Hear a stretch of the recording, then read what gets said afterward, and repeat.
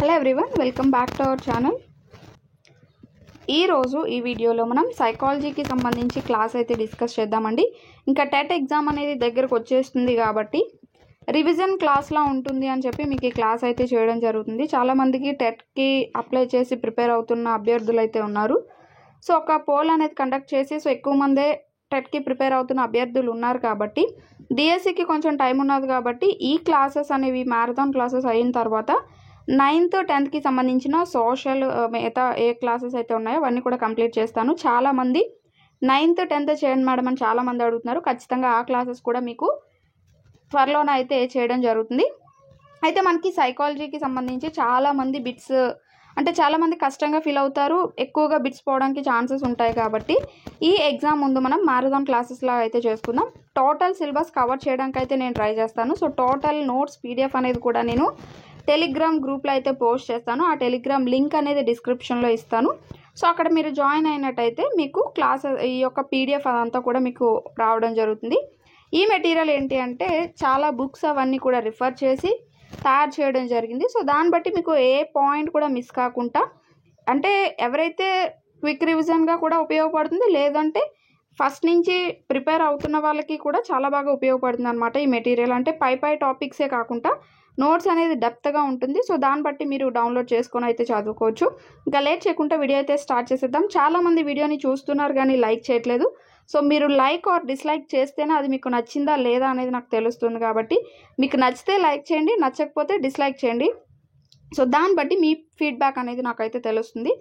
So వీడియోని first time కనుక మన ఛానల్ని ఫస్ట్ టైం కనుక చూసినట్టయితే ఛానల్ని సబ్స్క్రైబ్ చేసుకోండి. మంచి క్లాసెస్ డిఎస్సికి సంబంధించి కానీ ఆల్ కాంపిటేటివ్కి సంబంధించి క్లాసెస్ అన్నీ కూడా మనకి రాబోతున్నాయి. ఇంకా లేట్ చేయకుండా వీడియో అయితే స్టార్ట్ చేసేద్దాం. సో ఫస్ట్ మనకి ఏంటి అంటే సిలబస్లో సైకాలజీ సిలబస్ కనుక చూసుకుంటే టెట్కి సంబంధించి ఫస్ట్ మనకి పెరుగుదల వికాసం అనేది ఉంటుంది. అందులోనే చాలా వరకు బిట్స్ అనేవి మనకు వస్తూ ఉంటాయి. పెరుగుదల వికాస నియమాల నుంచి కానీ సిద్ధాంతాలు, పియాజే, కోల్బర్గ్, చోమ్స్కీ ఈ సిద్ధాంతాల నుంచి కానీ ఇవన్నీ కూడా మనకి రావడం జరుగుతుంది. ఈరోజు మనం వికాసం అంటే ఏంటి, పెరుగుదల అంటే ఏంటి, సో అనువంశికత ప్రభావం ఎలా ఉంటుంది, పరిసరాల ప్రభావం ఎలా ఉంటుంది వాటిపైన, అలాగే మోస్ట్ ఇంపార్టెంట్ అయిన వికాస నియమాలు లేదా వాటి గురించి మనం డిస్కస్ చేద్దాం. సో ఫస్ట్ మనకి వికాసం, పెరుగుదల చాలామంది కన్ఫ్యూజ్ అవుతూ ఉంటారు. సింపుల్గా నేను చెప్తానండి, మనం మాట్లాడుకునే భాషలోనే చెప్తాను, అర్థం చేసుకోండి. సో వికాసం, పెరుగుదల మనకి ఏదైతే తల్లి గర్భంలో ఫలదీకరణ జరిగిన దగ్గర నుంచి మనం పూర్తి స్థాయి వయోజనులుగా ముసలివాళ్ళుగా మారే వరకు ఏదైతే జరిగే ప్రక్రియ ఉంటుందో దాన్నే పెరుగుదల వికాసం అంటాం. అంటే మనం లోపల అమ్మ కడుపులో ఫలదీకరణ జరిగినప్పటి నుంచి చివరి చనిపోయే వరకు కూడా మనకి పెరుగుదల వికాసం అనేది కొనసాగుతూనే ఉంటుంది. అయితే పెరుగుదల అంటే ఏంటి, వికాసం అంటే ఏంటి? సో పెరుగుదల అనేది ఒక సర్టెన్ స్టేజ్ వచ్చాక ఆగిపోతుంది, కానీ వికాసం అనేది చనిపోయే వరకు కూడా జరుగుతూనే ఉంటుంది. అయితే పెరుగుదల వికాసానికి తేడా ఏంటి? పెరుగుదల అంటే మనకేంటి, శరీరంలో వచ్చే మార్పులు, అంటే లావ్ అవ్వడం, ముసలవ్వడం, ఇలాంటివన్నీ కూడా మన శరీరంలో బయట కనిపించే ఏవైతే మార్పులు ఉంటాయి. ఇప్పుడు మనం చిన్నప్పుడు చిన్న పిల్లల్లా ఉంటాం, అలాగే ఉండిపోం కదా. కొంత ఏజ్ అనేది గడిచే కొద్దీ పెద్ద అవుతూ ఉంటాం. అంటే మన శరీరంలో మార్పులు అనేవి వస్తూ ఉంటాయి, అంటే పెరుగుదల కనిపిస్తూ ఉంటుంది. సో దాన్నే మనం పెరుగుదల అంటాం. అంటే వ్యక్తి శరీరంలో వచ్చే మార్పులు పెరుగుదల, సింపుల్ అన్నమాట. అయితే వికాసం అంటే ఏంటి? సో వికాసం అంటే ఏంటంటే ఆ వికాసంలో వచ్చే మార్పులు అనేవి మనకి బయటికి కనిపించవు. అంటే ఇప్పుడు చిన్నపిల్లవాడు పెద్ద అయ్యాడంటే అబ్బా ఎంత పెద్దవాడు అయిపోయాడు అప్పుడే అని అంటాం. అంటే అక్కడ పెరుగుదల అనేది మనకి కంటికి కనిపిస్తుంది. కానీ వికాసం అనేది ఎలా అంటే మనకి ఒకే అంశంలో కాదు. ఇప్పుడు పెరుగుదల అనేది శరీరంలో మాత్రమే మనకు కనిపిస్తుంది, కానీ వికాసం అలా కాదు. శారీరకంగా కానీ, మానసికంగా కానీ, ఉద్వేగపరంగా కానీ, సాంఘిక, నైతిక అన్ని విధాలుగా మార్పులు అనేవి సంభవిస్తే దాన్నే వికాసం అని అంటాం. అంటే వ్యక్తి శారీరక పరంగా పెరుగుదల కనిపిస్తుంది, మానసిక పరంగా తను ఆలోచన విధానం కానీ ఇవన్నీ మార్పు చెందుతాయి. ఉద్వేగపరంగా ఎలాంటి ఉద్వేగాలను మనం కంట్రోల్ చేసుకోవాలి, సో కోపం వస్తే కంట్రోల్ చేసుకోవడం, అదొక వికాసంగా మనం చెప్పుకోవచ్చు. అంటే ఆ పిల్లవాడిలో ఇప్పుడు ఒక పిల్లవాడికి బాగా కోపం వచ్చింది, కానీ ఆ కోపాన్ని తను కంట్రోల్ చేసుకొని అందరితో నార్మల్గా ఉంటున్నాడు, అంటే అతనిలో ఉద్వేగ వికాసం అనేది అభివృద్ధి చెందింది. సాంఘిక వికాసం అంటే నలుగురితో బయటకు వెళ్ళినప్పుడు వాళ్ళతో కలవడం కానీ, వాళ్ళని గౌరవించడం, ఇవన్నీ కూడా సాంఘిక వికాసం కిందకు వస్తుంది. అంటే ఆ పిల్లవాడిలో బయట ఎవరైనా పెద్దవాళ్ళు కనిపించినప్పుడు గౌరవించి పిలిచాడు అనుకోండి, అతనిలో సాంఘిక వికాసం అభివృద్ధి చెందిందని చెప్పొచ్చు. అదే పిల్లవాడు చూసి చూడలేనట్టుగా సో అంటే కొంచెం సమాధానం ర్యాష్గా చెప్పి వెళ్ళిపోతే సో తనలో సాంఘిక వికాసం అభివృద్ధి చెందలేదన్నట్టు. అలాగే మంచి చెడు తెలిసి నిజాయితీపరుడుగా ఉండి చుట్టూ ఉన్న ప్రజలతో మెలగడం ఇవన్నీ చేశాడు అనుకోండి, నైతిక వికాసం అభివృద్ధి చెందిందంటాం. అంటే ఇక్కడ వికాసం అనేది కేవలం ఒక్క విషయంలో మాత్రమే ఉండదు, చాలా అంశాల కలయికగా మనం వికాసాన్ని చెప్పొచ్చు. ఈ యొక్క అన్ని అంశాల్లో వచ్చే మార్పులనే మనం వికాసం అని అంటాం. సో పెరుగుదల అనేది కేవలం శరీరానికి సంబంధించి, వికాసం అనేది మొత్తం అన్నిటికీ సంబంధించింది. అక్కడతో పెరుగుదల వికాసం పైన మీకు ఒక క్లారిటీ వచ్చింది అనుకుంటున్నాను. అయితే పెరుగుదల అనేది 2 రకాలుగా ఉంటుంది. ఒకటి బహిర్గత పెరుగుదల, 2 అంతర్గత పెరుగుదల. బహిర్గత పెరుగుదల అంటే మనకు బయటకు కనిపిస్తుంది, కాళ్ళల్లో పెరుగుదల, చేతుల్లో కాళ్ళు అంటే మన శరీరం పెరగడం, సో లావ్ అవ్వడం కానీ ముసలవ్వడం కానీ ఇలా బయటకు కనిపించేది బహిర్గత పెరుగుదల, మన కంటికి కనిపిస్తుంది. అంతర్గత పెరుగుదల అనేది మనకు కనిపించదు. అంటే గుండెలో పెరుగుదల అవ్వచ్చు, మెదడులో. ఇప్పుడు చిన్న శిశువుకి మెదడు అనేది చిన్నది ఉంటుంది, కొంచెం పెద్ద అయ్యే కొద్ది పెరుగుతూ ఉంటుంది. కానీ ఆ మెదడు ఎంత పెరిగింది ఏంటి అనేది మనం చూడగలమా? లేదు కదా. బయట తను ఎలా పెరుగుతున్నాడు, ఎంత హైట్ పెరిగాడు అనేది మాత్రమే మనం చూడగలం తప్ప లోపల ఉన్న అవయవాలు ఎంత పెరుగుతున్నాయి, ఏంటి, ఎలా ఉన్నాయి అనేది మనం చూడలేం కదా. సో దాన్ని అంతర్గత పెరుగుదల అని అంటూ ఉంటారు. అయితే ఇక్కడ మనం చూసుకుంటే వికాసానికి మనం ఒక డెఫినేషన్ చెప్పుకుంటే ఎలా ఉంటుందంటే, వ్యక్తిలో అంతర్గతంగా దాగి ఉన్న, అంటే ఇప్పుడు ఈ ప్రజ్ఞ అవ్వచ్చు, సామర్థ్యాలు, సృజనాత్మకత, నైపుణ్యాలు, సాంఘికీకరణ ఇవన్నీ కూడా మనకి అంతర్గతంగా ఉంటాయి. సో అవి అవసరాన్ని బట్టి మనం తెలుసుకుంటాం కానీ ప్రస్ఫుటంగా బయటకు కనిపించవు. ఇప్పుడు సపోజ్ ఒక పిల్లవాడు బాగా బొమ్మలు గీయగలుగుతున్నాడు అనుకోండి, అది అతనిలో ఉన్న నైపుణ్యం.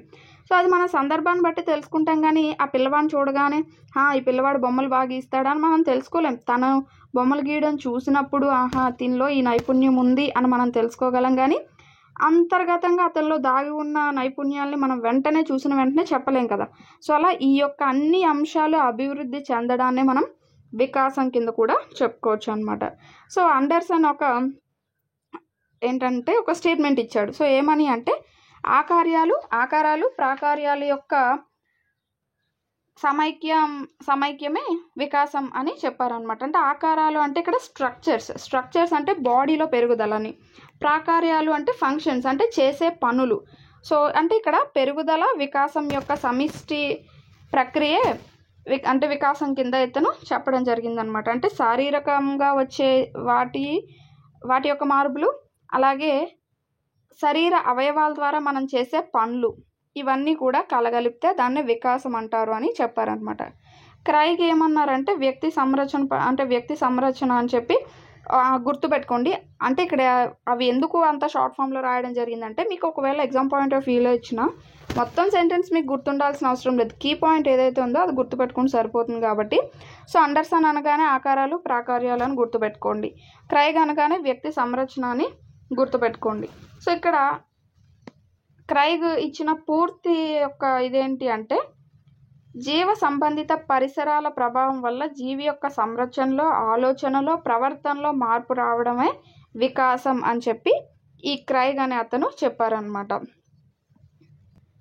అయితే ఇక్కడ ప్రాకార్యాలు అంటే ఫంక్షన్స్ చెప్పుకున్నాం కదా. అంటే ప్రాకార్యాలు అంటే ఇక్కడ ఏమొస్తుందంటే మానసిక, సాంఘిక, నైతిక, ఉద్వేగ విధుల్లో అభివృద్ధి అని వస్తుంది. ఆకారాలు అంటే శారీరక అభివృద్ధి, అంటే ఈ మొత్తాన్ని కలిపే శారీరక పరంగా మిగతా అన్నిటి పరంగా కలిగే ఒక అభివృద్ధినే వికాసం అంటామని అండర్సన్ గారు చెప్పడం జరిగింది. నెక్స్ట్ వికాసం, పెరుగుదల మనకి ఎంత ఇంపార్టెంటో ఆ తర్వాత మోస్ట్ ఇంపార్టెంట్ పరిణితి అనమాట. పరిణితి అనేది లేకపోతే ఇవి రెండు కూడా జరగవు. సో అంత ఇంపార్టెంట్. అంటే పరిణితి లేదా పరిపక్వత, దీన్నే పరిపక్వత అని కూడా అంటారు.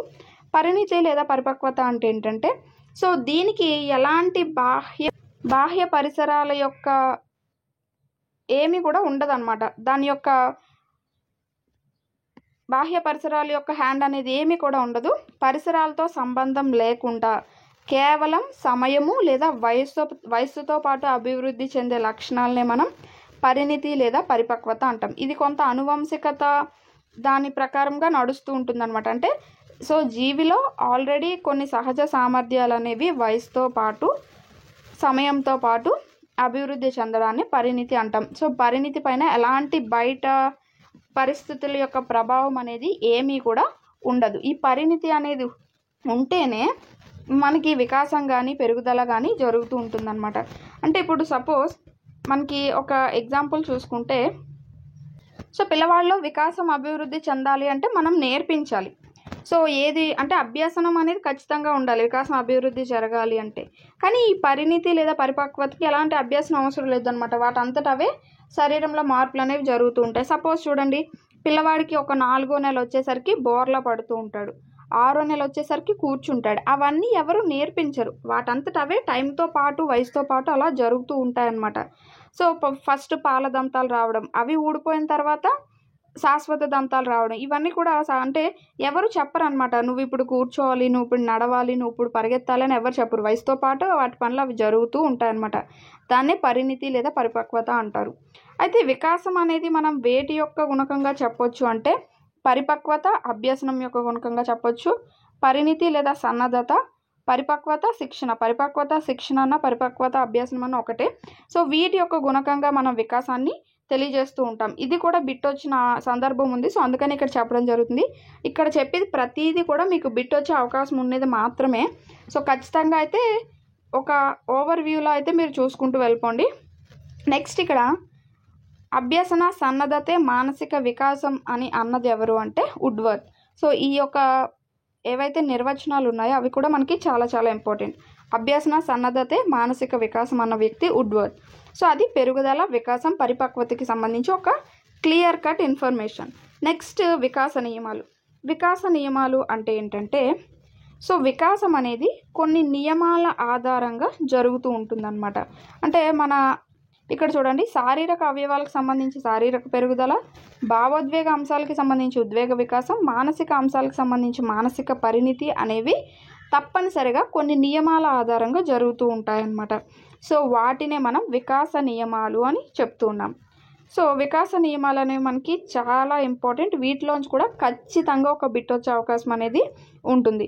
సో వికాసం నిర్దిష్ట క్రమానుగత పద్ధతిలో జరుగుతుంది అనేది ఫస్ట్ నియమం. సో నిర్దిష్ట క్రమానుగత పద్ధతిలో జరుగుతుంది అంటే ఏంటంటే, సో ఫస్ట్ పిల్లవాడు సపోజ్ స్కూల్కి వెళ్ళాడు. సో స్కూల్కి వెళ్ళిన వెంటనే ఏం చేస్తారు, కూడిక తీసివేత అవన్నీ నేర్పిస్తారా పిల్లవాడికి?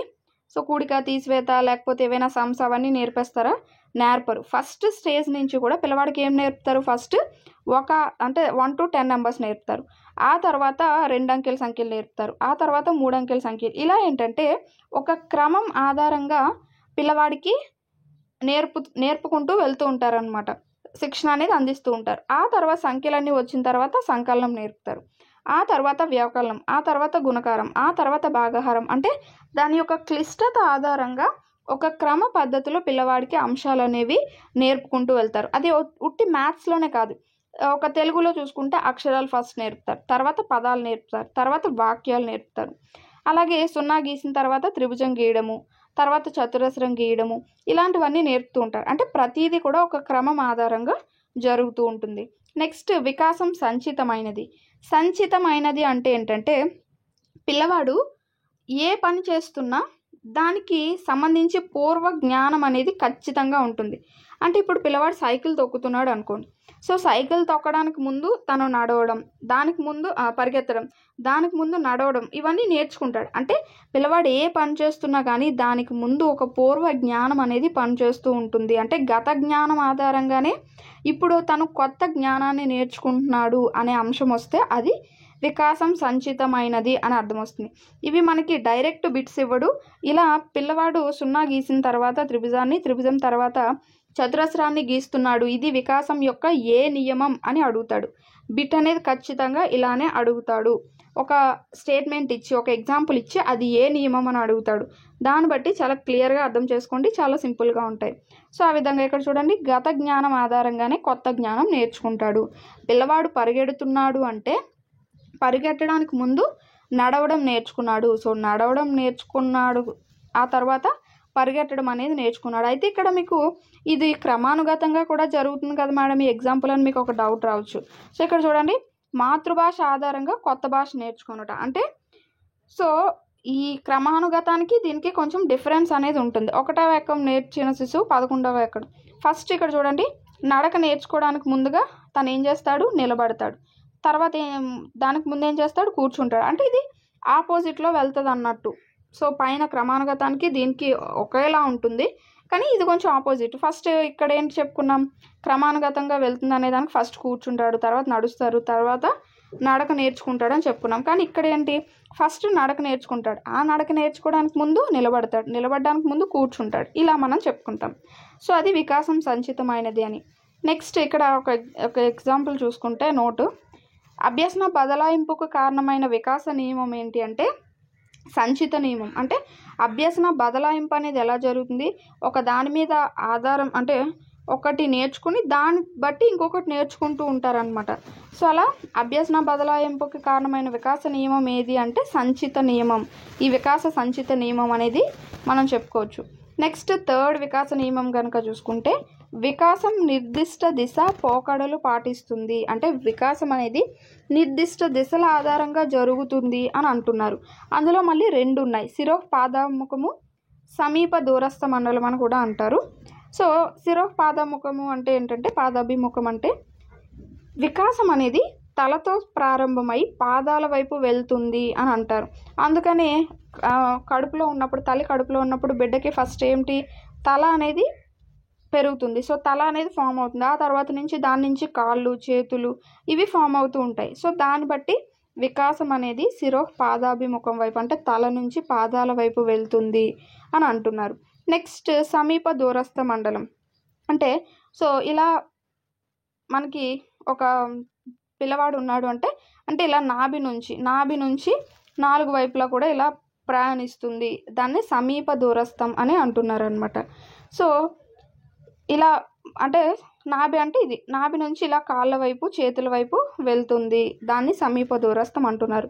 దానికి ఒక ఎగ్జాంపుల్ చూసుకుంటే, బొమ్మతో ఆడుకునే శిశువు ఏం చేస్తాడు, ఫస్ట్ నడుము కండరాలు కదిలించి తర్వాత క్రమంగా భుజము, మోచేయి, చేతులు, కాళ్ళు, అంటే అరచేతి యొక్క కండరాలు ఉపయోగించి దాన్ని పట్టుకోవడానికి ట్రై చేస్తాడు.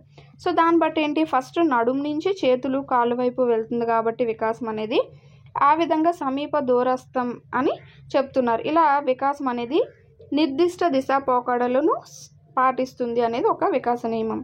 నెక్స్ట్ సరళం నుండి సంక్లిష్టానికి. సో సరళం నుండి సంక్లిష్టానికి అంటే వికాసం అనేది ఫస్ట్ ఈజీ నుంచి కష్టం వైపు వెళ్తూ ఉంటుందన్నమాట. సపోజ్ ఒక ఎగ్జాంపుల్ చూద్దాము. ఫస్ట్ పిల్లవాడు పుట్టిన వెంటనే ఏం చేస్తాడు, తనకు ఒక ఉద్వేగం అనేది ఉంటుంది, అది ఏడుపు అవ్వచ్చు, ఇంకేదన్నా అవ్వచ్చు. సో ఫస్ట్ ఒక ఉద్వేగం అనేది ఉంటుంది, అది రాను ఏమవుతుంది, భయంగా మారుతుంది, కోపంగా మారుతుంది, అసూయగా మారుతుంది, అలా ఈర్ష, ఇలా రకరకాలుగా మారుతూ ఉంటుందంట. అంటే ఒక చిన్న పిల్ల ఉన్నది అంటే తన తమ్ముడిని కానీ ఎవరినైనా ఎత్తుకున్నప్పుడు తన్నే ప్రేమగా చూస్తున్నారు, నన్ను చూడట్లేదు అనే ఈర్ష అనేది మొదలవుతుంది. ఇలా ఏంటి అంటే ఫస్ట్ పుట్టినప్పుడు పిల్లవాడికి ఉన్న ఒకే ఒక ఉద్వేగం అనేది రాను ఏమవుతుంది, అది ఇంకా క్లిష్టమైన అంశాల వైపు వెళ్తూ ఉంటుందన్నమాట. అదే ఇక్కడ సరళం నుండి సంక్లిష్టానికి అనే ఒక ఎగ్జాంపుల్ ఇచ్చారు. నెక్స్ట్ సాధారణం నుండి నిర్దిష్టానికి. సాధారణం నుండి నిర్దిష్టానికి అనేది కనుక చూసుకుంటే, సో ఫస్ట్ అందరినీ ఈక్వల్, ఇప్పుడు సపోజ్ ఒక పిల్లవాడు ఉన్నాడు అంటే పుట్టినప్పుడు అందరినీ చూసి వాళ్ళ అమ్మనే అనుకుంటాడు, కానీ కొంత కాలం గడిచేసరికి ఏమవుతుంది, తల్లి అంటే ఒకరే ఉంటారు, సో ఒకరిని మాత్రమే మనం తల్లి అని పిలాలి అని చెప్పి ఆ ఒక్క పిలుపుని తల్లికి మాత్రమే పరిమితం చేస్తూ ఉంటారనమాట. సో అలా సాధారణం నుంచి నిర్దిష్టానికి అందరినీ ఒకేలా చూసే దగ్గర నుంచి ఒక్కొక్కరిని ఒక్కొక్క రకంగా చూసే స్థాయికి వాళ్ళు వెళ్తూ ఉంటారు. అది సాధారణం నుంచి నిర్దిష్ట స్థాయికి అనేది వెళ్తుంది. ఫస్ట్ ఇంకొక ఎగ్జాంపుల్ చూసుకుంటే, శిశువు కనుక చూసుకుంటే ఏదైనా బొమ్మలు అవి పట్టుకున్నప్పుడు 2 చేతులతో పట్టుకోవడం కానీ చేతులతో తోయడం కానీ చేస్తూ ఉంటాడు. అలా రాను ఏమవుతుంది, చేతి వేళ్లతో పట్టుకోవడం స్టార్ట్ చేస్తూ ఉంటాడు. అలా సాధారణం నుంచి నిర్దిష్టానికి వికాసం అనేది జరుగుతూ ఉంటుంది. నెక్స్ట్ వికాసం అనేది అవిచ్ఛిన్నమైనది. అవిచ్ఛిన్నమైనది అంటే విచ్ఛిన్నం కానిదంటే ఆగిపోదన్నమాట మధ్యలో. వికాసం అనేది జీవితాంతం కూడా కొనసాగుతూనే ఉంటుంది. సో అభ్యసనము అంతే, వికాసము అంతే, జీవితాంతం కూడా కొనసాగుతూనే ఉంటుందన్నమాట. అంటే ప్రతి వ్యక్తి ఏదో ఒక రోజు ముసలైపోయినా సరే ఏదో ఒక రోజు ఏదో ఒక విషయాన్ని నేర్చుకుంటూనే ఉంటారు. సో అందుకని అంటారు, మనకి ఇక్కడ ఒక స్టేట్మెంట్ చూస్తే, teacher is a constant learner అనే దాంట్లో దాగి ఉన్న వికాస నియమం ఏది అని అడిగే ఛాన్స్ ఉంటుంది. సో వికాసం అవిచ్ఛిన్నమైనది అంటే teacher is a constant learner అంటే టీచర్ ప్రతిరోజు ఏదో ఒక విషయం నేర్చుకుంటూనే ఉంటాడు. అంటే ఇక్కడ ఏం జరుగుతుంది, వికాసం అనేది అవిచ్ఛిన్నంగా జరుగుతుంది. సో దాని యొక్క అదొక ఎగ్జాంపుల్గా మనం ఇక్కడ చెప్పుకోవచ్చు. బిట్ అనేది వచ్చే అవకాశం కూడా ఉండొచ్చు. నెక్స్ట్ వికాసం ఏకీకృత మొత్తం అని అంటున్నారు. అంటే వికాసం అనేది కేవలం ఒక్కదానికి సంబంధించి అంటే ఒక శారీరక వికాసానికో లేదా ఉద్వేగ వికాసానికో లేదా మానసిక వికాసానికో పరిమితం అయిపోకుండా అన్ని వికాసాల యొక్క సమిష్టిగా పనిచేస్తూ ఉంటుంది. మనిషిలో ఏ వికాసం అభివృద్ధి చెందకపోయినా పరిపూర్ణత అనేది ఉండదన్నమాట. సపోజ్ ఒక వ్యక్తి అన్ని విషయాల్లోనే వికాసం అభివృద్ధి చెందింది కానీ మానసిక ఉద్వేగ వికాసం అనేది అభివృద్ధి చెందలేదు. సో అలా మనం చెప్పలేమన్నమాట. అంటే అప్పుడు పూర్తిగా తను వికాసం అనేది అభివృద్ధి చెందింది అని మనం చెప్పలేం. సో దాన్ని బట్టి ఏమవుతుంది ఇక్కడ అంటే ఒకటి లేకపోతే ఇంకొకటి జరగదన్నమాట. సో తను ఎమోషనల్గా స్థిరంగా లేనప్పుడు మిగతా వికాసాలు అనేవి జరగవు, వాటికి ఏదో ఒక విధంగా ఎఫెక్ట్ అవుతూ ఉంటాయి అన్నమాట. సో అలా ఏంటంటే ఇక్కడ ప్రతి ఒక్క అంశము కూడా శారీరక పరంగా కానీ మానసిక ఉద్వేగ సాంఘిక నైతిక వికాసాలు అనేవి ఒకటి లేకుండా ఇంకొకటి జరగవు, ప్రతిదీ ఒకదానిపైన ఒకటి ఆధారపడి ఉంటుంది. సో అది వికాసం ఏకీకృత మొత్తము అనే దానికి సంబంధించి. నెక్స్ట్ కనుక చూసుకుంటే వికాసం ప్రాగృక్తీకరించవచ్చు. అంటే ఒక పిల్లవాడు ఇప్పుడు ఏ స్టేజ్లో ఉన్నాడు, సపోజ్ 5th క్లాస్లో ఒక పిల్లవాడు చదువుతున్నాడు, తను చాలా బాగా చదువుతున్నాడు, సో అందరికంటే క్లాస్లో ఫస్ట్ వస్తున్నాడు. సో తన యొక్క అంటే మొత్తం ఆల్ ఓవర్గా మొత్తంగా తన వికాసం అనేది బాగా అభివృద్ధి చెందున్నది. ఇప్పుడు ఆ పిల్లవాడిని ఫ్యూచర్లో ఎలా ఉంటాడో మనం కాస్త అంచనా అనేది వేయొచ్చు. సో ఫ్యూచర్లో ఇప్పుడున్న పరిస్థితిని బట్టి ఫ్యూచర్లో వాళ్ళు ఎలా ఉంటారు అనేది మనం తెలుసుకోగలిగితే దాన్ని మనం ప్రాగృక్తీకరించడం అంటాం. సో ఆ విధంగా ఇక్కడ వికాసాన్ని మనం ప్రాగృక్తీకరించవచ్చు, అది ఒక వికాస నియమం. అలాగే వికాసంపై అనువంశికత పరిసరాల ప్రభావం అంటే వికాసం పైన మనకి పరిసరాల ప్రభావం ఎంత ఉంటుందో అనువంశికత ప్రభావం కూడా అంతే ఉంటుంది. నెక్స్ట్ సో ఇక్కడ ఒక క్వశ్చన్ కూడా ఇచ్చారు, చూద్దాం.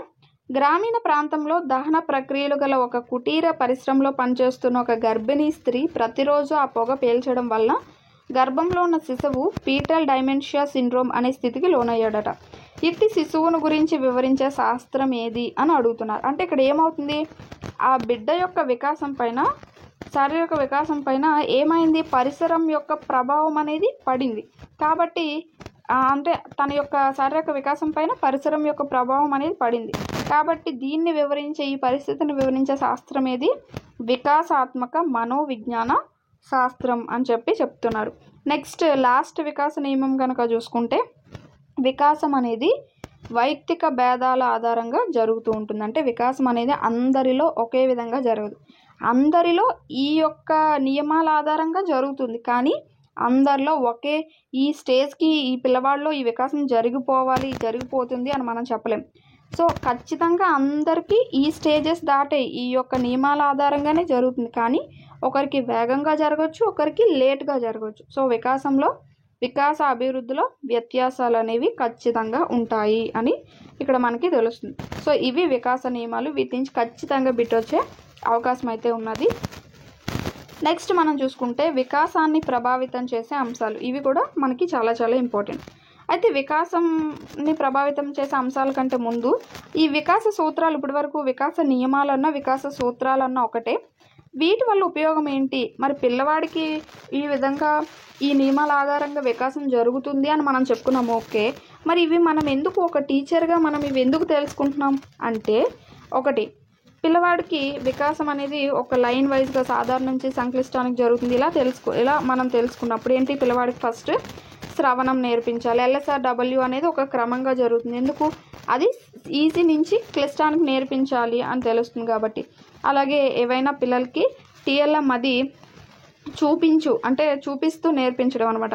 ఏదో లెసన్ చెప్పుకుంటూ వెళ్ళిపోతున్నట్టు కాకుండా వాళ్ళకి ఈ TLM అది దగ్గరుండి చూపించి నేర్పించడం కానీ ఇలాంటివన్నీ చేయడం ద్వారా పిల్లల యొక్క పెరుగుదల, వారి యొక్క వికాసానికి అనుగుణంగా కరికులం తయారు చేయడం కానీ, ఆ టైం టేబుల్స్ తయారు చేయడం, ఇవన్నీ కూడా టీచరు ఉపయోగించాల్సి ఉంటుందన్నమాట. అంతేగాని ఇప్పుడు సైకాలజీలో వికాస్ నియమాలు మనం చదివేసాం అయిపోయింది అది కాదు. సో అది మనకి ఎందుకు, పిల్లలకి దాని ఆధారంగా ఒక టీఎల్ఎం తయారు చేయాలి, ఒక కరికులం తయారు చేయాలి, ఒక టైం టేబుల్ తయారు చేయాలి, ఒక లెసన్స్ అనేవి ఈ ఆర్డర్ వైజ్గా వాళ్ళకి చెప్పాలి. అవన్నీ మనం తెలుసుకోవాలి. అవన్నీ వాటి యొక్క విద్యా అనువర్తనాలు అన్నమాట. నెక్స్ట్ ఇప్పుడు మనకి వికాసాన్ని ప్రభావితం చేసే అంశాల గురించి డిస్కస్ చేద్దాం. సో వికాసాన్ని ప్రభావితం చేసేవి 2 అంశాలు, అనువంశికత అలాగే పరిసరాలు. అయితే అనువంశికత గొప్పదా పరిసరాలు గొప్పదా, ఈ రెండిట్లో ఏది ఎక్కువ ప్రభావం చూపిస్తుంది అంటే 2 కూడా ఒకే రకమైన ఈక్వల్గా ప్రభావాన్ని చూపిస్తూ ఉంటాయి. అలానే అనువంశికత గొప్పదని చెప్పలేము, పరిసరాలు గొప్పదని చెప్పలేము. ఈ అనువంశికతను సపోర్ట్ చేసిన వాళ్ళు కొంతమంది ఉన్నారు, వాళ్ళనే అనువంశికతవాదులు అంటాం. పరిసరాలే గొప్పవి అని సపోర్ట్ చేసిన వాళ్ళు కొంతమంది ఉన్నారు, వాళ్ళని పరిసరవాదులు అని చెప్తూ ఉంటాం. సో మొత్తానికి వికాసం పైన ఈ రెండింటి యొక్క ప్రభావం ఈక్వల్గా ఉంటుంది, అది మనమైతే చెప్పగలం. నెక్స్ట్ ఇక్కడ చూసుకుంటే ఇక్కడ అనువంశికత పరిసరాల ప్రభావం గురించి చూద్దాము. డగ్లస్ హాలెండ్ ప్రకారం అనువంశికత అనగా తల్లిదండ్రుల నుండి ఇతర పూర్వీకుల నుండి ఒక జాతి నుండి సంక్రమించి ఏవైతే మనకి భౌతిక లక్షణాలు సామర్థ్యాలు అవి ఉంటాయో వాటినే మనం అనువంశికత అని చెప్తూ ఉంటాం అన్నమాట. అంటే ఇది ఎవరి ప్రకారం, డగ్లస్ అండ్ హాలెండ్ ప్రకారం మన పూర్వీకులు ఎవరైతే ఉంటారో లేదా మన తల్లిదండ్రులు ఎవరైతే ఉంటారో వాళ్ళ నుంచి మనకి ఈ రంగు రూపు భౌతిక లక్షణాలు అంటే రంగు ఎత్తు బరువు ఇవేవైతే ఉంటాయో వాటిని భౌతిక లక్షణాలు అంటాం. ఆ భౌతిక లక్షణాలు అనేవి సంక్రమించడాన్నే అనువంశికత అని అంటూ ఉంటాం అన్నమాట. అయితే ప్రజ్ఞ వీటిపైన కూడా అనువంశికత ప్రభావం అనేది ఉంటుంది. సో మన తల్లిదండ్రులు తెలివైన వాళ్ళైతే మనం కూడా తెలివైన వాళ్ళు అవుతాం, వాటి ద్వారా కూడా అనువంశికత అనేది ప్రభావం చూపిస్తుంది అన్నమాట. అయితే ఈ అనువంశికత లక్షణాలని ఒక తరం నుంచి ఇంకొక తరానికి అందించేవే మనకి జెనెటిక్స్, జన్యువులు అని అంటాం తెలుగులో, జెనెటిక్స్. ఇవి మనకి చాలా ఇంపార్టెంట్. కొన్ని మనకి ఏదైనా ప్రాబ్లం ఉంటే ఇది జెనెటిక్ ప్రాబ్లం అంటారు. అంటే సో అవి మన పూర్వీకుల నుంచి మనకు వచ్చిన కొన్ని ప్రాబ్లమ్స్, కొన్ని మంచి ఉంటాయి కొన్ని చెడు కూడా ఉంటాయి. సో అలా వాటిని తీసుకొచ్చేవి, ఆ లక్షణాలను తీసుకొచ్చేవే జన్యువులు అని ఇక్కడ అర్థం. అయితే ఇక్కడ అనువంశికత వాటి గురించి మనం మాట్లాడుకుంటుంటే సో అనువంశికతలో మనకి సమరూప కవలలు, అసమరూప కవలలు, అవిభక్త కవలలు అని 3 రకాలుగా ఉంటారు. సమరూప కవలలు అంటే ఏంటంటే ఇద్దరు ఒకేలా ఉంటారు. సో ఇప్పుడు ఇది ఒక గర్భసంచి అనుకుంటే సో అందులో 2 పిండాలు అనేవి ఈ విధంగా ఉంటాయి. ఇక్కడ ఇద్దరు అబ్బాయిలైనా అవ్వచ్చు, ఇద్దరు అమ్మాయిలైనా అవుతారు. వాళ్ళనే మోనోజైట్ ట్విన్స్ అని అంటూ ఉంటాము. వాళ్ళనే సమరూప కవలలు, పుడితే ఇద్దరు అబ్బాయిలుగా పుడతారు లేదా ఇద్దరు అమ్మాయిలుగా పుడతారు. సో వాళ్ళని సమరూప కవలలు అంటారు. అసమరూప కవలలు అంటే ఏంటంటే అయితే ఒకళ్ళు బాయ్ ఒకళ్ళు గర్ల్ లేదా ఒకళ్ళు గర్ల్ ఒకళ్ళు బాయ్ అలా ఒకళ్ళు వాళ్ళు ఒకళ్ళు వీళ్ళుగా పుడతారనమాట. వాళ్ళని పాలిజైగోట్ ట్విన్స్ అంటారు. వాళ్ళు 2 వేరువేరుగా ఉంటారనమాట. సో కాబట్టి 2 వేరువేరు లింగాలు అనేవి అవుతాయి. అయితే బాయ్ అవ్వచ్చు లేదా గర్ల్ అవ్వచ్చు. వాళ్ళని అసమరూప కవలలు అంటాం. అవిభక్త కవలలు అంటే మనకు తెలుసు కదా, అంటుకొని పుడతారనమాట ఇద్దరు కూడా. ఇలా ఇక్కడ చూడొచ్చు మనం, ఈ 2 పిండాలు అనుకోండి. సో ఆ 2 జాయింట్ అయితే హెడ్ అంటుకోవడం కానీ, మనం సినిమాస్లో చూస్తాం కదా ఒకే తల అంటే తలలో అంటుకొని పుట్టడం కానీ, చేతులు అంటుకొని పుట్టడము లేదా నడుం భాగం అంటుకొని పుట్టడము ఇలాంటివన్నీ కానీ చూస్తూ ఉంటాం కదా కొంతమందిని. సో వాళ్ళని అవిభక్త కవలలు అని అంటారనమాట. ఇవన్నీ ఏంటి అంటే మనకి అనువంశికతకి సంబంధించి. అయితే ఇక్కడ ఎలిజబెత్ హార్లాక్ ఏం చెప్పారు అంటే 87 పుట్టుకల్లో ఖచ్చితంగా ఒక జత కవలలు అనే వాళ్ళు పుడతారంటే ప్రతి ఒక్క 87 పుట్టుకల్లో ఒక జత కవలలు ఖచ్చితంగా ఉంటారని చెప్పడం జరిగింది. అయితే ఇక్కడ జన్యుశాస్త్ర పితామహుడు అని ఎవరిని అంటారు అంటే గ్రెగర్ మెండల్. సో ఇతను అనువంశికత సూత్రాల్ని 3 రకాలుగా వర్గీకరించాడు అనమాట. మనకి బిట్ అనేది రావచ్చు. జన్యుశాస్త్ర పితామహుడు ఎవరు అంటే గ్రెగర్ మెండల్. సో ఇతను దేనిపైన పరిశోధనలు చేశాడు అంటే బఠానీ మొక్కలపైన పరిశోధనలు చేశాడు. సో ఇతను అనువంశికత సూత్రాల్ని 3 రకాలుగా వర్గీకరించాడు అనమాట. సో 1 సారూప్య సూత్రము, 2 వైవిధ్య సూత్రము, 3 ప్రతిగమన సూత్రం. ఇది కూడా మనకి చాలా చాలా ఇంపార్టెంట్. సో ఇక్కడ ఇవి కూడా మనకి ఎలా ఇస్తాడు అంటే ఒక ఎగ్జాంపుల్ ఆధారంగా ఇస్తాడనమాట. డైరెక్ట్గా ఇవ్వడు, ఒక ఎగ్జాంపుల్ ఆధారంగా ఇస్తాడు. సో దీన్ని బట్టి చూసుకుంటే ఇక్కడ ఏంటి అంటే ఈ సారూప్య నియమాన్ని సామ్య నియమము అని కూడా అంటారు. దీనికి ఈ నియమం ప్రకారం ఏంటంటే తల్లిదండ్రుల లక్షణాలు యాజ్ ఇట్ ఈస్గా పిల్లలకు వస్తూ ఉంటాయి. సో అలా వస్తే కనుక దాన్ని సారూప్య సూత్రం అంటాము. అంటే పులికి పులి పుట్టడం, పిల్లికి పిల్లి పుట్టడం. సో ఇలా అనమాట. యాజ్ ఇట్ ఈస్ ఆ లక్షణాలు అనేవి వాళ్ళ పిల్లలకి యాజ్ ఇట్ ఈస్ వస్తే దాన్ని సారూప్య సూత్రం అని అంటారు, లేదా సారూప్య నియమం అని కూడా అంటారు. వైవిధ్య సూత్రం అంటే ఏంటంటే ఒకే తల్లిదండ్రులకి పుట్టిన పిల్లల్లో వ్యత్యాసం అనేది ఉంటుందన్నమాట. సో ఇప్పుడు ఒక పిల్లవాడు ఒక తల్లిదండ్రులకి ఇద్దరు పిల్లలు పుట్టారు. సో ఒకరు బాగా తెలుపుగా ఉండడం, ఇంకొకరు బాగా నలుపుగా ఉండడం, అంటే వైవిధ్యం అన్నమాట. ఆ పిల్లలిద్దరిలో కూడా చాలా వైవిధ్యం అనేది ఉంటుంది, ఒకే తల్లిదండ్రులకు పుట్టిన పిల్లల్లో వ్యత్యాసం అనేది. నెక్స్ట్ ప్రతిగమన సూత్రం అంటే ఆపోజిట్ అన్నమాట. సో ఇప్పుడు పండిత పుత్ర పరమసుంఠః అనేది గ్రెగర్ మెండల్ చెప్పిన ఏ అనువంశికత సూత్రము అని అనొచ్చు. ఏమవుతుంది? ప్రతిగమన సూత్రం, ప్రతిగమన లేదా తిరోగమన సూత్రం అని కూడా అనొచ్చు. అంటే ఇక్కడ ఏంటంటే పండిత పుత్ర పరమసుంఠః అంటే పండితులు అంటే గొప్ప జ్ఞానము అది ఉన్నవాళ్ళు, వాళ్ళకు పుట్టిన పిల్ల ఏంటి? పరమసుంఠ అనమాట. సో ఏమీ రాని ఒక పరమసుంఠ. సో ఇక్కడ ఏంటి? క్వైట్ ఆపోజిట్ లక్షణాలు అనేవి వస్తున్నాయి పిల్లలకి, తల్లిదండ్రుల నుంచి క్వైట్ ఆపోజిట్ లక్షణాలు వస్తున్నాయి కాబట్టి దీన్నే ప్రతిగమన సూత్రం అని అనొచ్చు. సో ఇదే మనకి ఎగ్జామ్ పాయింట్ ఆఫ్ వ్యూలో ఒక ఎగ్జాంపుల్తో వచ్చేయడానికి అవకాశం ఉంటుందన్నమాట. సో పొడవైన తల్లిదండ్రులకు పుట్టిన పిల్లలు అందరూ పొట్టిగా పుట్టడము ఇలా కనిపిస్తూ ఉంటాయి. సో అలా క్వైట్ ఆపోజిట్ అనమాట. అయితే ఇక్కడ వైవిధ్య సూత్రము ప్రతిగమన సూత్రము ఒకేలా ఉన్నది కదా అని మీరు అనుకోవచ్చు. వైవిధ్య సూత్రం ఏంటంటే ఒకే తల్లిదండ్రులకు పుట్టిన ఇద్దరు లేదా ఎక్కువ పిల్లల్లో తేడా అనమాట. ఇద్దరు పిల్లలు పుట్టారు, ఒకరు పొట్టిగా ఒకరు పొడవుగా ఉన్నారు, ఒకరు తెల్లగా ఒకరు నల్లగా ఉన్నారు. అలా ఇద్దరు పిల్లల్లో వ్యత్యాసం ఉంటే దాన్ని వైవిధ్య సూత్రం అంటాం. ప్రతిగమన సూత్రం అంటే ఏంటంటే తల్లిదండ్రులకి క్వైట్ ఆపోజిట్ పిల్లలు పుట్టడం, సో దాన్ని ప్రతిగమన సూత్రం అని అంటూ ఉంటాం. ఈ 3 సూత్రాలు ఎవరు చెప్పారు? గ్రెగర్ మెండల్ చెప్పారు. అతను ఎవరు అంటే జన్యుశాస్త్ర పితామహుడు. సో అతను ఆనువంశికత సూత్రాల్ని 3 రకాలుగా వర్గీకరించాడు. ఇవన్నీ మనం ఎందుకు చెప్పుకుంటున్నామంటే వికాసం పైన అనువంశికత ప్రభావం ఎలా ఉంటుంది అనేది ఇక్కడ చెప్పుకుంటూ ఉన్నాం. నెక్స్ట్ కనుక చూసుకుంటే ఈ అనువంశికత ప్రభావంలో మనకి ముఖ్యంగా అంటే వికాసం పైన అనువంశికత ప్రభావం చూపుతుంది అనే దాంట్లో ముఖ్యంగా ఈ క్రోమోజోమ్స్ అనేవి మనకి చాలా అంటే క్రోమోజోమ్ల యొక్క పాత్ర అనేది చాలా ఎక్కువగా ఉంటుంది. సో శిశువుల సంఖ్యగా అంటే ఈ మనకి క్రోమోజోమ్లు అనేవి 2 రకాలుగా ఉంటాయి. ఒకటి లైంగిక క్రోమోజోమ్లు, 2 దైహిక క్రోమోజోమ్లు అని చెప్పి. సో శరీరం యొక్క రంగు, రూపము, ఎత్తు, బరువు ఇవన్నీ కూడా దైహిక క్రోమోజోమ్లు అనేవి చూసుకుంటూ ఉంటే శిశువు యొక్క లైంగికతను మాత్రం లైంగిక క్రోమోజోమ్లు అనేవి చూసుకుంటూ ఉంటాయన్నమాట. సో ఇలా మనకి 23 జతల క్రోమోజోమ్లు అనేవి ఉంటాయి. సో 23 క్రోమోజోమ్లు తండ్రి నుంచి, 23 క్రోమోజోమ్లు తల్లి నుంచి వస్తూ ఉంటాయి. సో ఆ ప్రతి క్రోమోజోమ్ నుంచి కూడా కొన్ని వేల జెనెటిక్స్ అనేవి రిలీజ్ అవుతూ ఉంటాయి. సో ఆ జెనెటిక్స్ అనేవి మన యొక్క అన్ని అంశాలని ప్రభావితం చేస్తూ ఉంటాయన్నమాట. అయితే ఇక్కడ మనకి సో ఈ క్రోమోజోమ్లు అనేవి తల్లి నుంచి 23, తండ్రి నుంచి 23 వస్తాయని చెప్పుకున్నాం కదా. సో ఇందులో 22 క్రోమోజోమ్లు అనేవి శారీరక క్రోమోజోమ్లు అనమాట. సో అవి శరీరం యొక్క ఇప్పుడు మనం చెప్పుకున్నాం కదా దైహిక క్రోమోజోమ్లు అని, అవి శరీరం యొక్క రంగు, ఎత్తు, బరువు వీటిని నిర్ధారిస్తూ ఉంటాయి. ఈ 23వ జత క్రోమోజోమ్ ఏదైతే ఉన్నదో సో దాని నుంచి మనకు చూసుకుంటే తల్లి యొక్క క్రోమోజోమ్ నుంచి ఎప్పుడు కూడా ఎక్స్ క్రోమోజోమ్ అనేది వస్తూ ఉంటుంది. తండ్రి నుంచి ఎక్స్ లేదా వై క్రోమోజోమ్ అనేది వస్తూ ఉంటాయి అన్నమాట. అంటే తల్లి నుంచి ఎప్పుడు కూడా ఎక్స్ క్రోమోజోమ్ అనేది వస్తుంది, తండ్రి నుంచి ఎక్స్ వై అనేది వస్తుంది. తల్లి నుంచి ఎప్పుడు ఎక్స్ వస్తుంది కాబట్టి ప్రాబ్లం లేదు.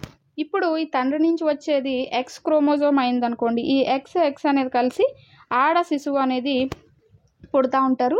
అలా కాకుండా వై క్రోమోజోమ్ అనేది తండ్రి నుంచి వచ్చి ఈ ఎక్స్ వై అనేది కలిస్తే మగ శిశువు అనేది పుడతా ఉంటారు. సో చాలామంది ఏంటంటే బిడ్డ యొక్క లింగ నిర్ధారణలో తల్లి యొక్క పాత్రే ఉంటుంది. సో ఆడపిల్లని కన్నావు అని అంటూ ఉంటారు. కానీ ఏంటంటే ఇక్కడ లింగ నిర్ధారణ అనేది ఎవరి ద్వారా జరుగుతుంది? పురుషుని ద్వారా జరుగుతుంది, కానీ స్త్రీ ద్వారా జరగదు. సో దీన్ని బట్టి XX క్రోమోజోమ్ అయితే ఆడ శిశువు, XY క్రోమోజోమ్ అయితే మగ శిశువు అనేది వస్తుంది.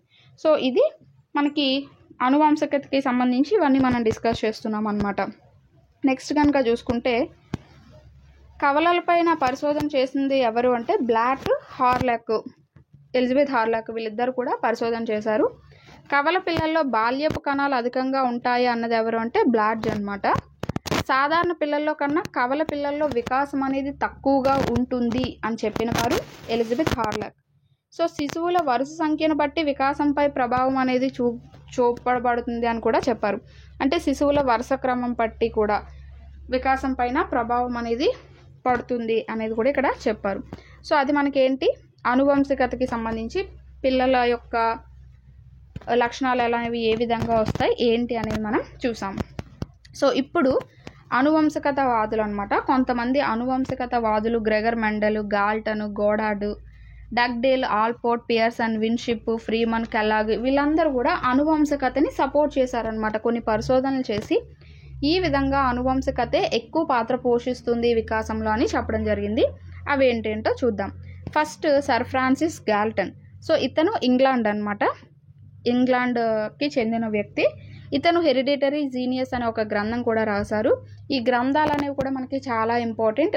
అలాగా మనకి టెట్ కాబట్టి ఎక్కువగా బిట్ అనేది కొంచెం ఈజీగా ఇవ్వడానికే ఎక్కువ ప్రిఫర్ చేస్తూ ఉంటారు.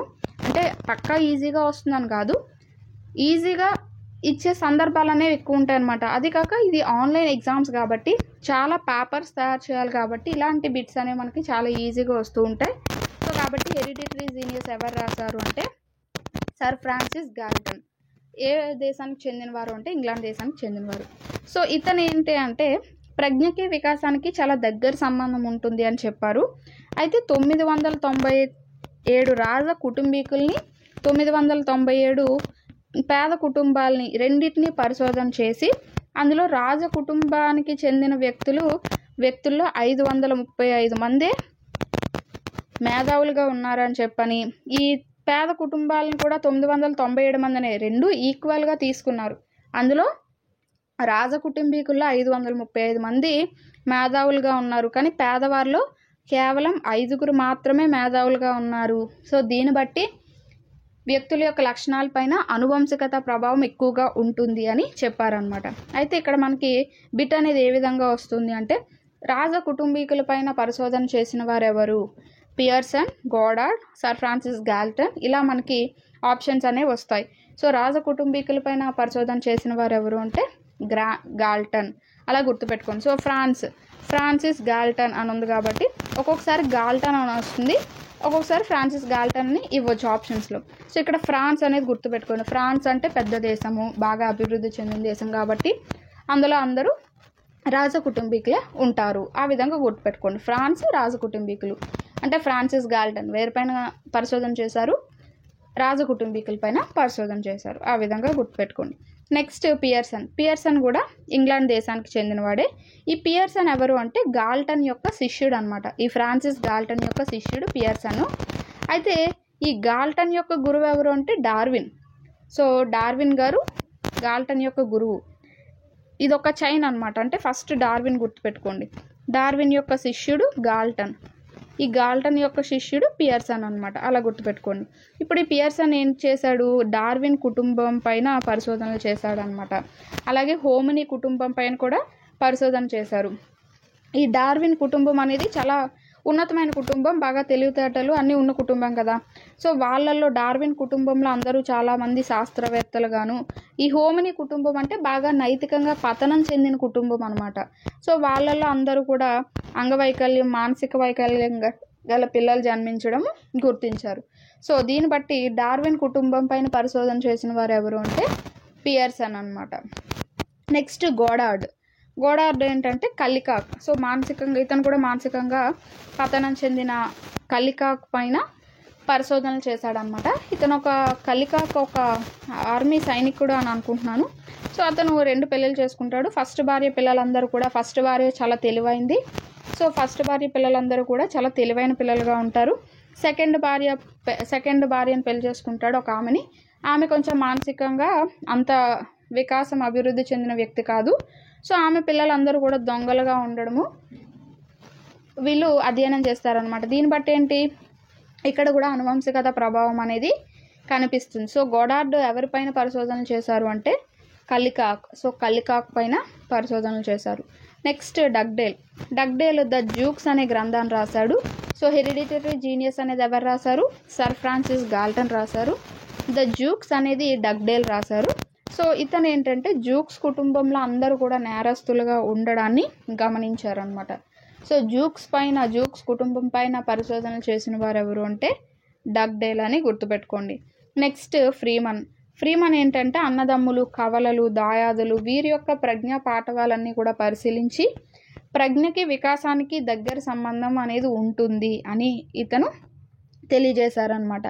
ఈ సమరూప కవలల్లో అధికంగా ఉంటుంది అని చెప్పి ఇతను తెలియజేశారు. సో కవలలు, అన్నదమ్ములు, దాయాదుల పైన పరిశోధనలు చేసిన వారు ఎవరు అని క్వశ్చన్ వస్తే ఫ్రీమన్ అని గుర్తుపెట్టుకోండి. నెక్స్ట్ కెల్లాగ్ దంపతులు. ఈ కెల్లాగ్ దంపతులు ఏంటంటే వాళ్ళ యొక్క కొడుకు డొనాల్డ్, వాళ్ళు పెంచుకుంటున్న ఒక చింపాంజీ గువా, ఈ రెండిటిపైన పరిశోధనలు చేశారనమాట. సో కొడుకు డొనాల్డ్ పైన పరిశోధనలు చేసిన వారు ఎవరు అంటే కెల్లాగ్ దంపతులు, లేదా చింపాంజీ గువా పైన పరిశోధనలు చేసిన వారు ఎవరు అంటే కెల్లాగ్ దంపతులు. Next విన్షిప్, Alport. విన్షిప్ ఏంటంటే ఎడ్వర్డ్ కుటుంబం పైన పరిశోధనలు చేసి వాళ్ళందరూ కూడా ఉన్నత పదవుల్లో ఉన్నారు అని చెప్పి తెలియజేయడం జరిగింది. ఎడ్వర్డ్ కుటుంబం, విన్షిప్. ఆల్పోర్ట్ ఏంటంటే మనుషుల సుఖ దుఃఖాలకు కారణం జన్యువులే అని చెప్పి ఇతను చెప్పడం జరిగిందనమాట. సో ఈ విధంగా వీళ్ళందరూ కూడా అనువంశకతని సపోర్ట్ చేసిన వ్యక్తులు అనమాట. ఇక్కడ ఒక నోట్ చూసుకుంటే జీవితం ప్రారంభమైన నాటి నుండి చివరి వరకు వ్యక్తిపై పనిచేసే అన్ని కారకాల సముదాయాన్నే మనం పరిసరం అంటాము అని చెప్పిన వారు వుడ్వర్త్. సో ఇతను ఒక పరిసరవాది అనమాట. నెక్స్ట్ పరిసరాల ప్రభావం చూసుకుందాం. ఇవన్నీ అనువంశకతకి సంబంధించినవి. నెక్స్ట్ పరిసరాల ప్రభావం. ఖచ్చితంగా మీరు ఇందులో గుర్తుపెట్టుకోవాల్సింది ఏంటంటే ఏ శాస్త్రవేత్త ఎవరిపైన పరిశోధన చేశాడు అది ఖచ్చితంగా గుర్తుపెట్టుకోవాల్సి ఉంటుంది. మీరు మొత్తం గుర్తుపెట్టుకోవాల్సిన అవసరం లేదు. ఎడ్వర్డ్ పైన ఎవరు పరిశోధన చేశారు, విన్షిప్. వ్యక్తి యొక్క సుఖదుఖాలు, ఆల్పోర్ట్. ఈ యొక్క లైన్ మీరు గుర్తుపెట్టుకోండి. నెక్స్ట్ పరిసరాల ప్రభావం కనుక చూసుకుంటే జన్యువులు తప్ప వ్యక్తిపై ప్రభావం చూపే అన్ని అంశాలని పరిసరము అని అన్నది ఎవరు అంటే బోరింగ్, లాంగ్ ఫీల్డ్ అనమాట. ఈ యొక్క ఖచ్చితంగా ఈ నిర్వచనాల నుంచి కూడా బిట్ అనేది వస్తుంది. అయితే ఇక్కడ వ్యక్తి యొక్క అభివృద్ధి అంటే అది అనువంశికత ప్రభావం ఉంటుంది, వాటిపైన పరిసరాల ప్రభావం కూడా ఉంటుందన్నమాట. అయితే ఇక్కడ పరిసరాల ప్రభావం కనుక చూసుకుంటే జనన పూర్వ పరిసరము, జననాంతర పరిసరం అనే రెండు ఉంటాయి. జనన పూర్వ పరిసరం అంటే బిడ్డ కడుపులో ఉన్నప్పుడు తన పైన పరిసరాల ప్రభావం ఎలా ఉంటుంది అంటే ఈ కణాంతర, కణబాహ్య అని ఉంటుంది. కణాంతర అంటే ఈ శుక్ర కణము, అండం యొక్క pH ఇవన్నీ కూడా దానిపైన ప్రభావం చూపిస్తూ ఉంటాయి. కణబాహ్య అంటే ఏంటంటే తల్లి గర్భంలో ఉన్నప్పుడు వాటి యొక్క ఉష్ణోగ్రత కానీ, ఆహారము, తల్లిని ట్రీట్ చేసే వైఖరి కానీ ఇవన్నీ కూడా బయట పరిశ్రమ నుంచే కదా వెళ్తాయి. సో అవన్నీ కూడా వాళ్ళపైన ప్రభావం చూపిస్తూ ఉంటాయి. జననాంతర పరిసరం. జననాంతర అంటే పుట్టిన తర్వాత పరిసరాల యొక్క ప్రభావం ఎలా ఉంటుంది అంటే ఇంట్లో గృహంలో ఉన్న అలవాట్లు, సంస్కృతి, అక్షరాస్యత ఇవన్నీ కూడా పిల్లవాడి యొక్క వికాసం పైన ప్రభావం చూపిస్తాయి. ఇప్పుడు చదువుకున్న వాళ్ళు ఇంట్లో అక్షరాస్యత ఉన్న ఇంట్లో పుడితే పిల్లవాడు కూడా చదువుకుంటాడు, బాగుపడతాడు.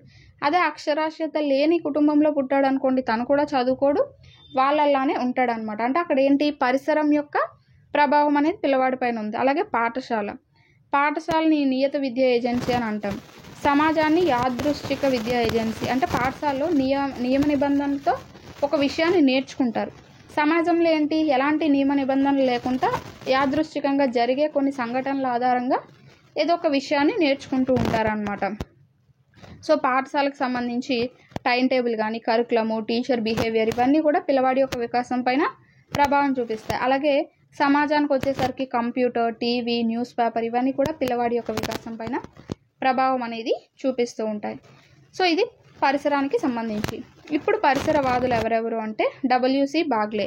ఇతను ఒక పరిసరవాది, అమెరికాకు సంబంధించిన వ్యక్తి. ఎడ్యుకేషనల్ డిటర్మినిజం అనే ఒక గ్రంథాన్ని రాశారు. ద జూక్స్, అలాగే హెరిడిటరీ జీనియస్, ఎడ్యుకేషనల్ డిటర్మినిజం ఇవన్నీ గ్రంథాలు గుర్తుపెట్టుకోండి. ఎడ్యుకేషనల్ డిటర్మినిజం అనేది W.C. బాగ్లే రాశారు. ఇతను ఏంటి అంటే ఏం చెప్పారు అంటే విద్యార్థి యొక్క ప్రతిభకి, అభివృద్ధికి, అతనికి అందించే విద్యావకాశాలకి దగ్గర సంబంధం ఉంటుంది అని చెప్పారు. అంటే ఒక పిల్లవాడు ఎలాంటి పరిస్థితుల నుంచైనా రానివ్వండి, అతని యొక్క తల్లిదండ్రులు తెలివైన వాళ్ళు అవ్వచ్చు, తెలివి తక్కువ వాళ్ళు అవ్వచ్చు, ఎవరైనా అవ్వచ్చు, కానీ అతనికి మంచి ఎడ్యుకేషన్ అనేది అందిస్తే తను అభివృద్ధి చెందుతాడు అని ఇతను చెప్పడం జరిగిందనమాట. Next JB Watson. ఇతను అమెరికాకు సంబంధించిన వ్యక్తి. ఇతను బిహేవియరిజం అనే ఒక గ్రంథాన్ని రాశాడనమాట. సో ఈ గ్రంథాలన్నీ ఒక దగ్గర రాసుకోండి, చాలా ఇంపార్టెంట్. ఇతను ఏంటంటే ఒక ప్రవర్తనవాది అనమాట. ఇతను ఏమన్నాడు అంటే, ఇతనికి 12 మంది పిల్లల్ని ఇస్తే ఆ పిల్లలు ఎవరైనా అవ్వచ్చు, తెలివైన వాళ్ళు అవ్వచ్చు, తెలివి తక్కువైన వాళ్ళు అవ్వచ్చు, ఎవరైనా అవ్వచ్చు, వాళ్ళని ఎలా కావాలంటే అలా నేను రూపొందిస్తాను. అంటే ఒకళ్ళు పోలీస్ అవ్వాలా, డాక్టర్ అవ్వాలా, లేకపోతే లాయర్ అవ్వాలా, మీకు ఎలా కావాలంటే నేను అలా వాళ్ళని తయారు చేసి మీకు ఇస్తాను అని అన్నాడు. అంటే పరిసరాల్లో ఆ పిల్లల యొక్క వికాసాన్ని అభివృద్ధి చేస్తానని చెప్పారు. నెక్స్ట్ గార్డన్ వచ్చేసి యుఎస్ఏకి సంబంధించిన వ్యక్తి, అమెరికాకు సంబంధించిన వ్యక్తి. జిప్సీ పడవ నడిపే పిల్లలపైన పరిశోధన చేశారనమాట. సో వాళ్ళేంటి, పాఠశాలలో చదివినంతకాలం బాగానే ఉండేవారు, పాఠశాలలో చదువు మానేసి కానీ మళ్ళీ మామూలుగా ఉండేవారు అనమాట. సో అలా జిప్సీ పడవ నడిపే పిల్లలపైన ఈ గార్డన్ పరిశోధనలు అనేవి చేశారు. నెక్స్ట్ న్యూమన్ ఏం చేశారు అంటే 19 రకాల సమరూప కవలలు. సమరూప అంటే ఏంటి, ఇద్దరు గర్ల్స్ బాయ్స్, ఇద్దరు గర్ల్స్ అవ్వచ్చు, ఇద్దరు బాయ్స్ అవ్వచ్చు, వాళ్ళపైన పరిశోధన చేసి వాళ్ళని వేరువేరు చోట్ల అనేది ఉంచి వారి ప్రజ్ఞాలబ్ధిని పరీక్షించారనమాట. వాళ్ళ ప్రజ్ఞాలబ్ధి 8.5గా ఉండేది, ముందేమో 5.9గా ఉండేదన్నమాట. వాళ్ళని మంచి పరిసరాల్లో పెంచి పరీక్షించగా వాళ్ళ ప్రజ్ఞాలబ్ధి 8.5గా మారింది అని చెప్తున్నారు. నెక్స్ట్ ఫ్రీమన్ ఏంటి అంటే, మిల్రెడ్ రూత్ అనే వారిని వేరువేరు చోట్ల, ఇద్దరు పిల్లల్ని వేరువేరు చోట్ల పెంచి వారి యొక్క ప్రజ్ఞాలబ్ధిలో తేడా అనేది గమనించారు. అంటే వీటన్నింటిపైన ఏంటి, పరిసరాల యొక్క ప్రభావం అనేది ఎక్కువగా ఉన్నదని వీళ్ళు తెలియజేశారు. కానీ చివరికి వచ్చేసరికి ఏంటి, రెండు కూడా సమానమే. నెక్స్ట్ స్కోడాక్ ఏమన్నారంటే, తల్లుల యొక్క ప్రజ్ఞ అనేది 87.8 కన్నా 87.8 ఉండేదన్నమాట. సో వారి నుండి విడదీసి ప్రత్యేకంగా పెంచిన పిల్లల యొక్క ప్రజ్ఞ అనేది అధికంగా 116 అనేది ఉన్నది అని చెప్పారు. సో దీనికి గల కారణం కూడా పరిసరం వల్లే వాళ్ళ యొక్క ప్రజ్ఞ అనేది అభివృద్ధి చెందుతుంది, వాళ్ళకి అందించే ఆ అవకాశాల వల్ల అభివృద్ధి చెందుతుంది అని అయితే వాళ్ళు చెప్పడం జరిగింది. సో దీన్ని బట్టి మీకు అర్థమైంది కదా, కొంతమంది పరిసరాన్ని సపోర్ట్ చేస్తే కొంతమంది అనువంశికతావాదాన్ని సపోర్ట్ చేయడం జరిగింది. సో ఇది మనకి ఈ యొక్క టాపిక్కి సంబంధించి. నెక్స్ట్ వీడియోలో మనం వికాసం అనేది ఒక్కొక్క స్టేజ్లో ఎలా జరుగుతుంది, సిద్ధాంతాలు అవన్నీ కూడా మనం డిస్కస్ చేద్దాము. Thanks for watching. ఈ వీడియో మీకు నచ్చింది అనుకుంటున్నాను. ఈ వీడియో కనుక మీకు నచ్చినట్టయితే ఖచ్చితంగా లైక్ చేయండి, షేర్ చేయండి, సబ్స్క్రైబ్ చేసుకోండి. ఎగ్జామ్ పాయింట్ ఆఫ్ వ్యూలో క్విక్ రివిజన్గా మీకు ఇదైతే చాలా బాగా ఉపయోగపడుతుంది. వీడియోని నచ్చితే లైక్ చేయండి, నచ్చకపోతే డిస్లైక్ చేయండి. మీ ఫీడ్బ్యాక్ మాత్రం ఖచ్చితంగా అయితే తెలియజేయండి. అలాగే ఛానల్ని సబ్స్క్రైబ్ చేసుకోండి. ఇంకా మంచి వీడియోస్ అనేవి మీకు త్వరలో రాబోతూ ఉన్నాయి. Thanks for watching.